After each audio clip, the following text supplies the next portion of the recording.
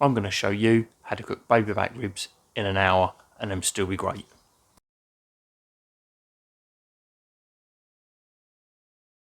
Welcome along to Barbecue Life, where great barbecue doesn't cost a fortune.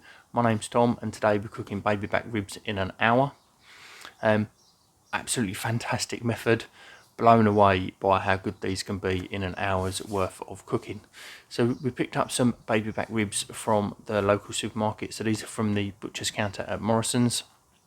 All the trimming's done on them. The membrane's been taken off the back.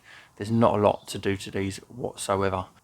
So we get them out on the chopping board, and we just want to be adding some rubs to these. So I'm using a couple of my favourite rubs today. Flavour profile on this isn't really going to matter. The two rubs I'm using are both from A&O. So I've picked up some Fool's Gold while I was at Alton's Barbecue World over the weekend. And I'm using the Alton's collaboration rub with A&O, the Honey Monster. So I haven't tried the Fool's Gold out yet. The Honey Monster is absolutely fantastic on pork, so I just fancied giving these two a go and pitching them two up against each other. But as I say, today's less about flavours. You can use your own favourite rubs. This is about the cooking method. So a little bit of mustard on both sides of these, and we'll get these rubs on. We just want to leave them in the fridge for about an hour just to settle in while we set up our Kamado.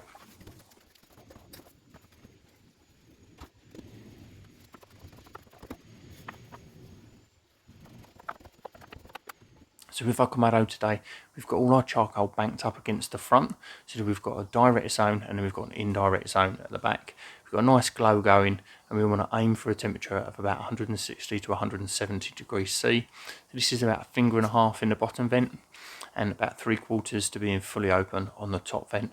And that should give you a temperature somewhere around in that ballpark. We're using Texas Club charcoal today from Kamado Kings.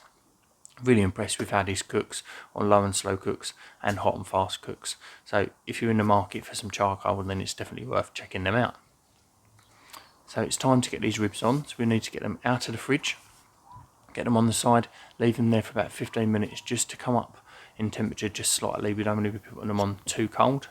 And we're going to be cooking these directly to begin with today over that highish heat. So we're just going to go directly over that coals, and we're going to go 5 minutes on each side.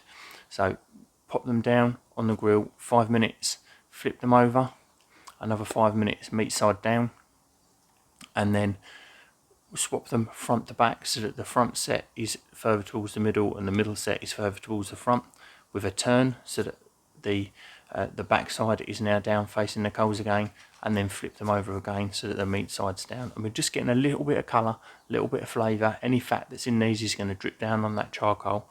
You're going to get that beautiful flavour coming up from that fatty smoke that's just going to come up. We've not got too much of it because there's not a massive amount of fat in these ribs, but it's just going to give them a little bit of a smoky flavour. So they've had 20 minutes so far. They've got a nice bit of colour on there, but they are tough as old boots at the minute because hot and fast doesn't necessarily work too well with ribs. So now's the time to save them and get them a bit more tender. So we're going to get them onto some foil. So we've got a bit of butter, 4 little pats of butter along the foil.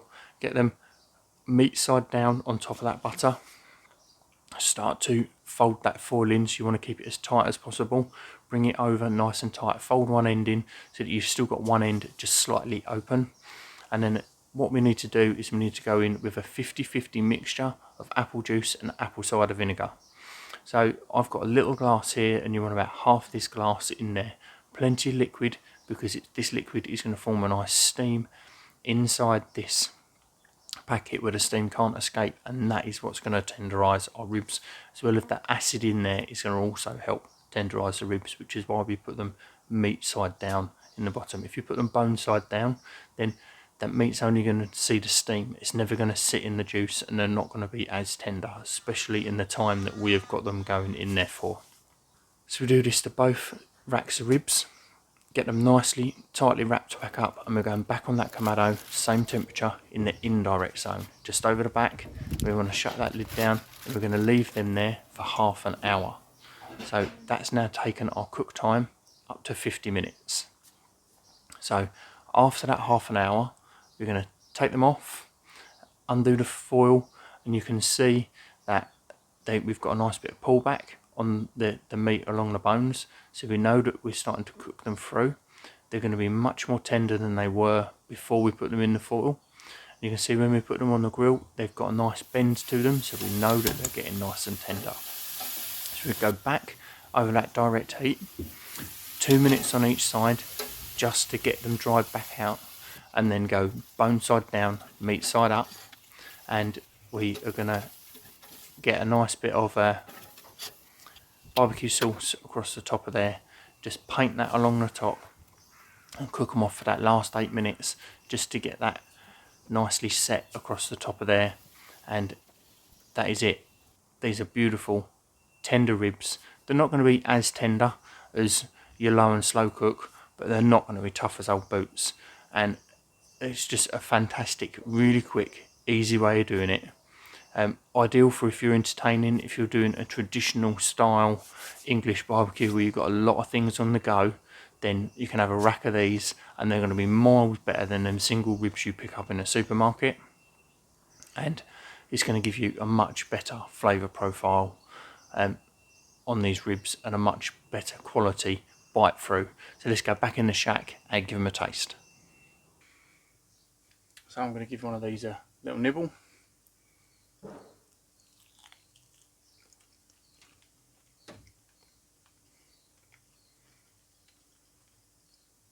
So they're not as tender as a low and slow rib, but they're still beautifully tender, and you've got a nice bite through as well.